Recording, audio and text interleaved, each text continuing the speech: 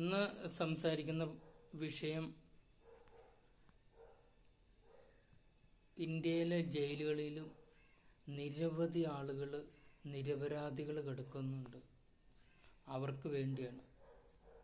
അവർ ചെയ്യാത്ത തെറ്റിൻ്റെ പേരിൽ അവർ ജയിലിൽ കിടക്കുന്നുണ്ട്. അതുകൊണ്ട് അവർക്കുണ്ടാവുന്ന നഷ്ടങ്ങൾ എന്തെല്ലാം വെച്ചാൽ അവരുടെ കുട്ടികൾ, പക്ഷെ അവരുടെ കുടുംബം, അതുപോലെ അവരുടെ മാതാപിതാക്കൾ, അങ്ങനെ എല്ലാ രീതിയിലും പ്രയാസങ്ങളും വിഷമങ്ങളുമാണ്.